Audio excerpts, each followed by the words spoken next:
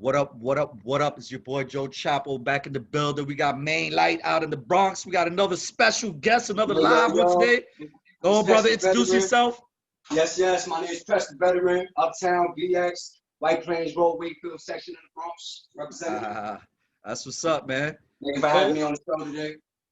You know, Let's go and get right into it. Tell me a little bit about yourself and tell me how you came up, where you from, and so forth. Man. I grew up, man. I'm raised in the streets of the Bronx, man. Like I said, Uptown. 226 to be exact. 816 is the building number. I come from the basement underground, you heard? So, man, how I came up into this rap joint, man, I remember there was a park right by my house. It's called 21 Park, right there between 225th and 226. It's in that circumference right there. And everybody used to be in that park right there back in the 90s, the late 80s. I'm talking about freestyling, smoking, drinking. You know how we used to do, what we was able to do. You know, I'm older now. I'm 38. Well, I'll be 38 Tuesday, so I have to. Happy birthday. Thank you. Happy birthday, yo. Word. And you know, I love music from when I see people rapping in the park. And you know, growing up, we wasn't able to listen to hip hop. My father didn't encourage that. He wanted us to listen to like C100, like Who Eat the Blowfish, Miko, the Beatles, who even what's this guy's name? Elliot John, you know what I'm saying? Did I say his name right? Yeah, Elton John. Elton John. Yeah. So I came up with music like that, so I always felt like that gave me an advantage to the music I do, you know. Yeah. And when I was able to listen to rap, you know, the first CD I ever, or tape rather, first tape I ever bought was Dr. Dre the Chronic. And I mean, I packed bags in C-Town. C-Town, may it rest in peace right now. I used to be on White Plains Road, it was 25th. A lot of people don't remember that. But it was C-Town. We used to pack bags in there early in the morning doing deliveries. That's how we got our money up. So you packed bags and made up enough money to get the CD. Yeah, man. And that shit changed your life, yeah. Yeah, that shit changed my life. But hey, yeah. I'll tell you, man, funny story about that. The cliche to is my dad, right? He came off of work early that day and I was bumping. And my mama knew about it. So my dad came in and he heard bitches, hoes. Ooh. And he made me break that tape with a hammer, discouraged me. Damn. I love hip hop so much more because I knew it had to be something so dope about it. For him to take it to that level, to break the tape, make me break that tape, it must have been something that scared him. Hell yeah. He said that was the gateway. That's the gateway CD. It allowed me to be myself. It allowed me to feel the expressions of emotions that I wasn't able to cope with or express to another man. Because us men can't go to another man crying. So music saved me and took me to a level where it freed me from the spaces and places I was at, the dark spots. Right here, is it good right here? Yeah, that's good. All right, that's cool. That's what's up, yo. So now you went to the rap game, you listening to rap and shit, yo. What influenced you to start writing? What influenced me to start writing? Poetry. Poetry. I remember the first poem I ever read, and it went like this: if I could be anything in the world, I'll be your tears. So I can be born through your eyes, live on your cheeks and die on your lips. That shit was written in school on a board. Damn. And it meant something to me because it's like, damn, somebody must have been going through some shit to think of that. How the fuck was he able to write that out in that form though? So it made me like, it made me take extra attention or make me go extra in English class. Because English class. So you noticed the emotion in it, and that invoked emotion in you. Yeah, and I love wordplay. Yeah. I love wordplay. Certain words, the dialect of the word, the way it flows out your mouth, off the tongue. You know what I'm saying? Different meanings, man. Different emotions. It taps into different levels. Exactly. All right. So now you out there and shit, yo. You coming up and shit, yo. Tell me a little bit about a little bit about your childhood in school. Like, tell me how when you first jumped off that porch, man. Man, they tried to keep me from coming out that gate because we was in the basement. So we had to come out the gate. But they tried their best. My mom and dad, they didn't let us run the streets. I didn't run the streets till I was 12. So going to school and seeing my childhood friends that I got familiar with growing up, they ain't take too kind to me or treated me the same. I always felt different. Now, first of all, I was probably like the only, the Spanish, being Spanish Puerto Rican in the community of nothing but Jamaicans and black people, period, not to be racist or to even say that's a bad thing. I love it to death, you know what I mean? But it was different for me growing up. When I went to school, I was scared shitless because I didn't understand, but I never had hatred. all I had was love, so I was different. They considered me weirdo because maybe I talked differently. My mom dressed me different or gave me styles in the back of my head with the spiky hair. You know that's why we see the tail. I know you had a tail, yo. Yeah. My mom had me go to school with the heart to the back of my head. I think all Puerto Rican moms used to cut our hair when we was little and shit, yo. It made me hate it. Like, Mom, please, no, don't put the gel in my head. Let me just go stuff McGruff right now. You know? So I used to get picked on. I got bullied, man. I got bullied for years, man. They picked on me because I was fat. They picked on me because I didn't have the give. They picked on me because my moms used to buy me the Taylor's boots, the Vikings. Yeah, man. I used to be like 170 pounds when I was a kid, so I was 12 years old. They used to call me fat ass, fatso, fat kid, laughed at me. They said I talked like a girl. Like, what the fuck? You know, back in the day, they didn't call you bitches. They called you sissies and punks. You a sissy, you a girl, you a bitch, you a pussy. Nah, pussy was the word. My cousin, you know, I don't talk to him often now, but I grew up with my cousin. He's from Harlem. Shout him out. His name is Edwin. He come Junior. If it wasn't for him, man, I wouldn't have the heart that I have today because he used to beat my ass when I used to tell these stories. He was so mad for me that he wanted to fuck niggas up and would come uptown to fuck niggas up for me. I got jumped and he was like, nah, enough is enough. He came out and punched every person that jumped me that day in the face. I swear to God, on rollerblades all my life. Made my sister die right now for that. So what was it that turned it around for you that made, besides your cousin helping you out, what Just was like, it that got in you to make you change? The day I swung on my bully. The day I closed my eyes and gave it all I got and went one punch. And when I opened my eyes, my buddy was getting off the floor like, nah, I'm gonna give you respect. And then every day after that, I went to school with a different attitude. And I went to school like, fuck that. If I got my ass whooped, I got my ass whooped, but you don't give me respect. And that's how I learned that sometimes you gotta bust somebody's head for them to realize that, yo, enough is a fucking enough, man. You push the dog to his corner, he gonna bite you. No more barking now. So once I knew that you could match the levels and don't be scared of nobody, but sometimes you gotta be cautious and you gotta be more smarter and brighter. So that's why I'm still here because yeah, it's good to be tough, but tough gets you killed, smart gets you alive. It keeps you alive.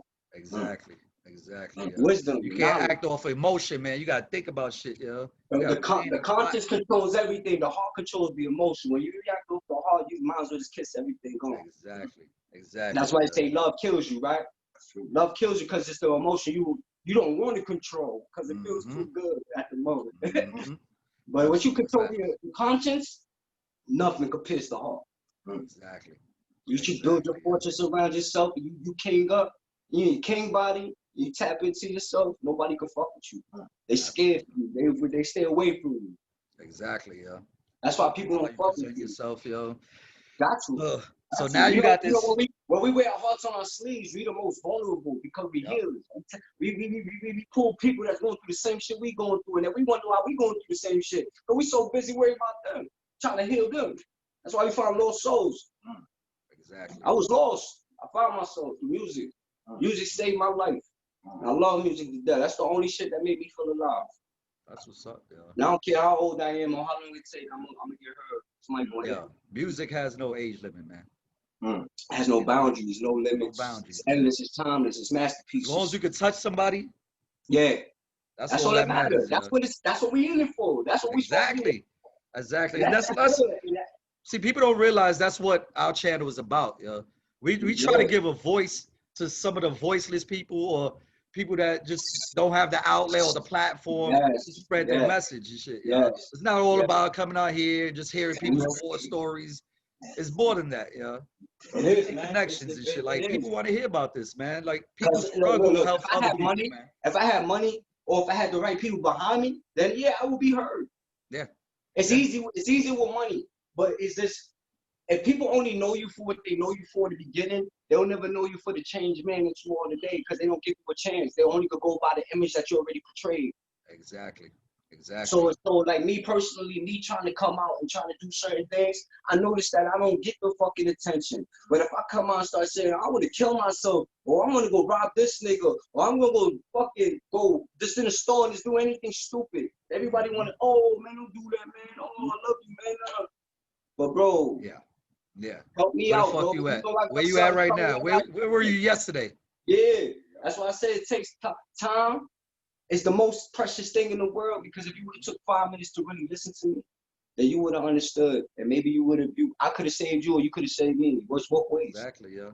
And this is why we keep it real. Like You we don't got try to to, man. sugarcoat shit on here, yo. Not supposed to. Not supposed Fuck to. that, yo. Give it to Only thing you we all don't do the is we way. don't name Don't names. give it to me at all. If you're gonna We give it don't to me, name names, and we don't do current shit, yo. Other than that, it's all raw, yo. Nah. Because if your story can help somebody else, that's what the fuck we doing, yo. Yeah, man. We're on the right path. You looking at a fucking ex-drug addict, a fucking narcissist, a fucking person that blamed the world, and I want you to die. You know what I'm saying? Yeah. And God gave me that, but then I realized that I gotta have a purpose.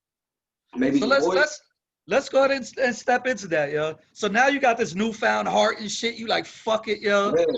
You man just like me and shit, yo. We both bleed and shit, yo. Now you got this new mindset. Yeah. Now you hitting the streets with this new mindset. Where did that lead you? Shit, man. It lead me to the man I am today, the man that's grateful for the life, grateful for the blessings, and grateful for the people that come along the way, because there's always signs from the heavens, I guess. That's what you want to call it. But now that I know that faith controls everything, I try to have a different outlook on every aspect of my life. I made so many mistakes, but shit, how many more can I make before it doesn't go my way no more? Yep. You know, I'm getting to an age now where it's like, it's now or never. But I'm not worried about the never, because now, as long as I control that, I can do it. Facts, man.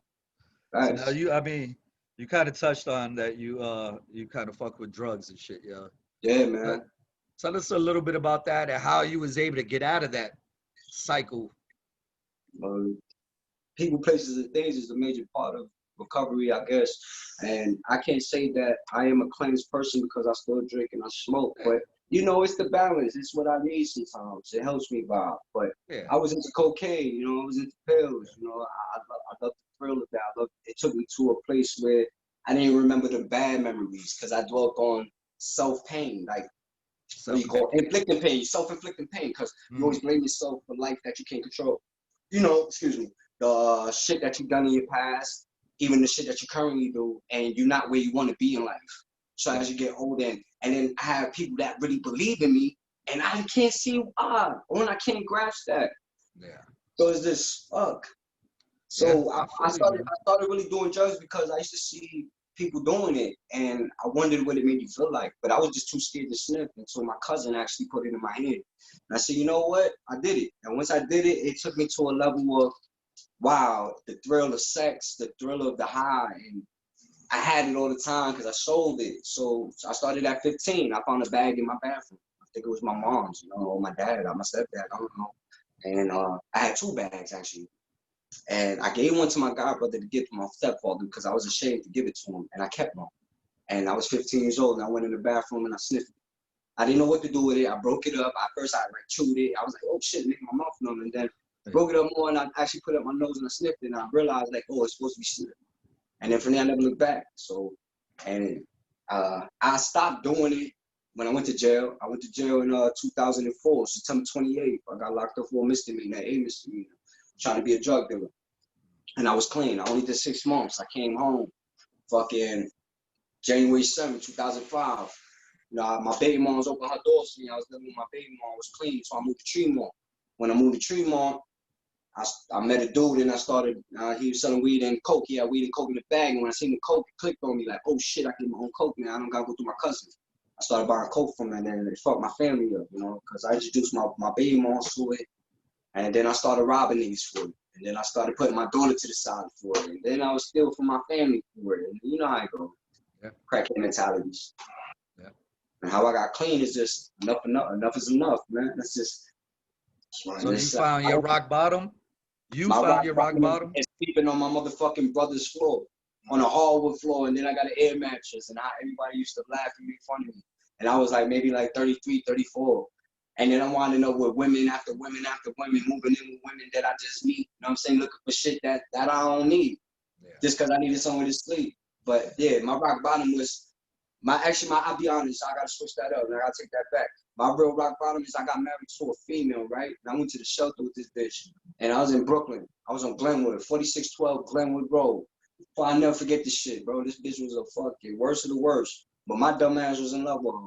And I did anything and everything for her. And she left me with her kids. And That day I came to a point where I was like, fuck this, I want to kill myself. And I took some pills. My ex saved me that night. Yeah, she called me. If she had called me and called downstairs and found out where I was at in the shelter because she knew the address, I'd be dead right now.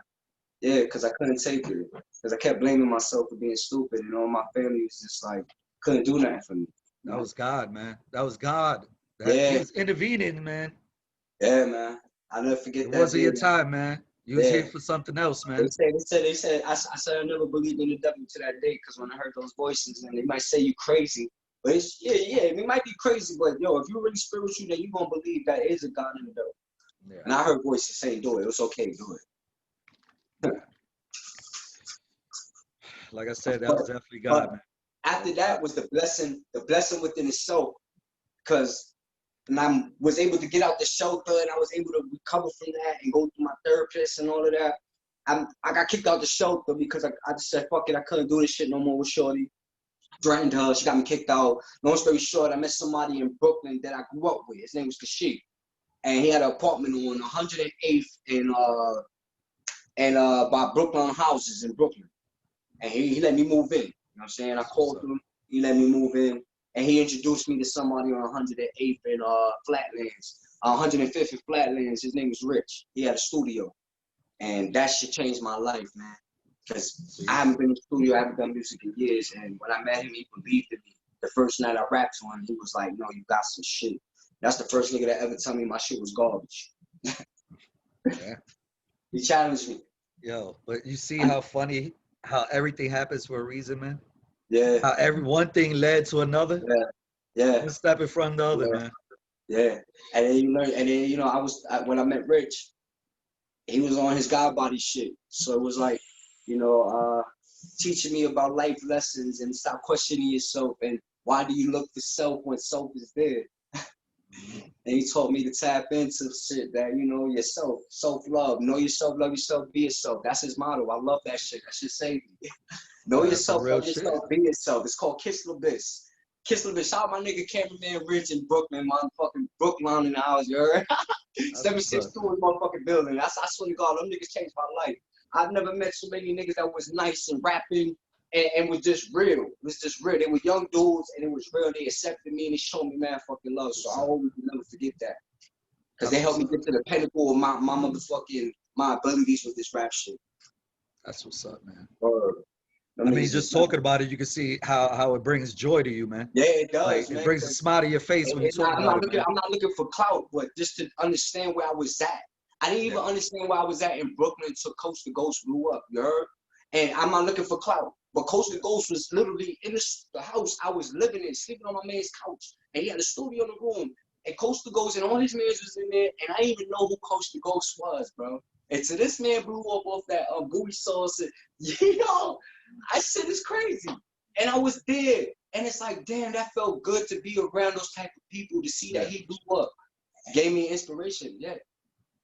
It was energy. So I don't want to take nothing from nobody, but damn, like, who would have known if I didn't play a part in something somewhere along the way? If I would have said something to him, or he heard something that I did, or he never told me. But you never know what goes on in people's minds, or their images or memories of you.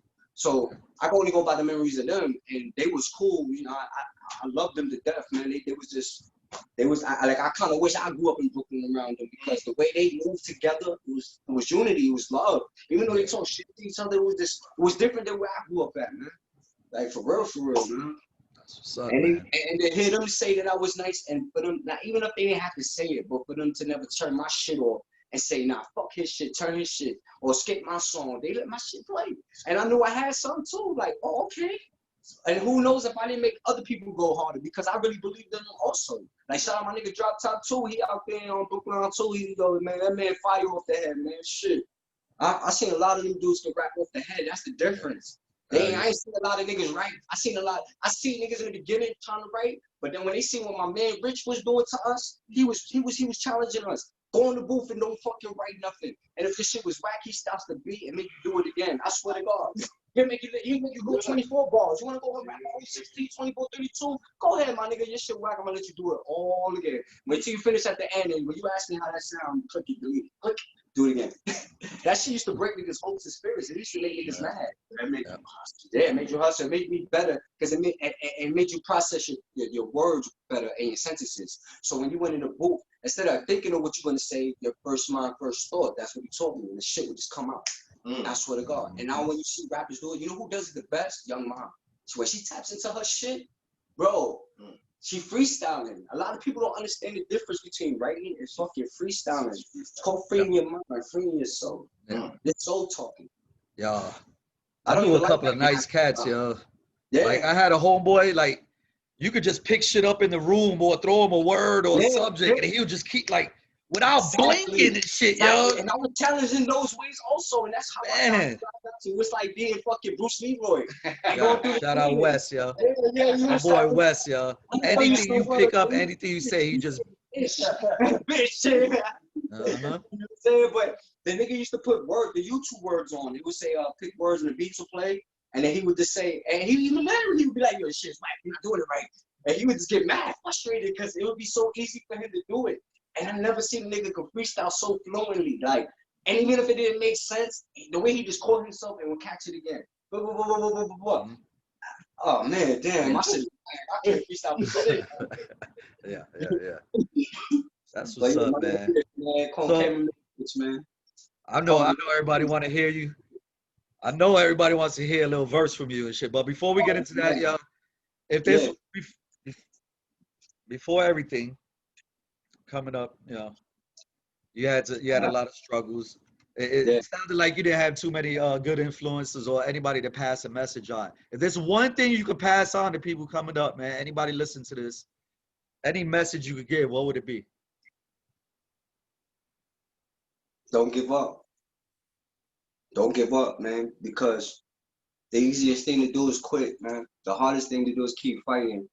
And perseverance could take you a long way. And shit, man. Like I said, the easiest thing to do is quit. Like, you can just say fuck everything. Like the case of the fuckers.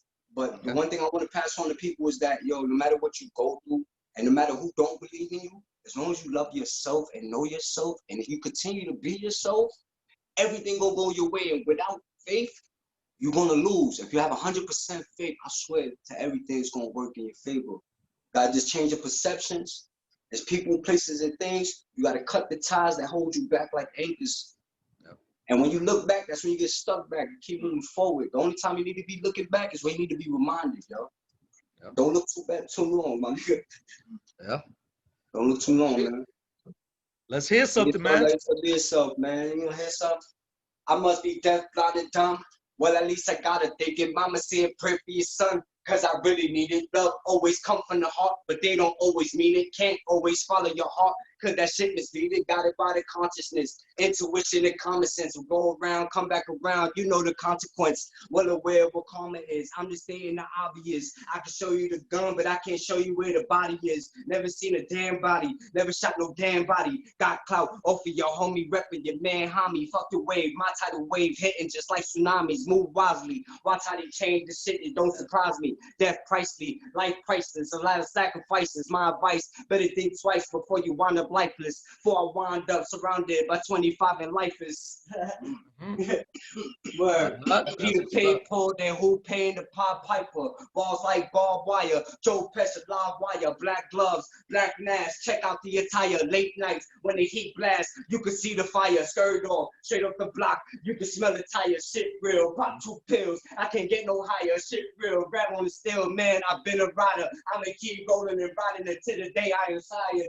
Shit, but I'm never gonna sell my soul. How to get back on my path? I gotta chase my goals.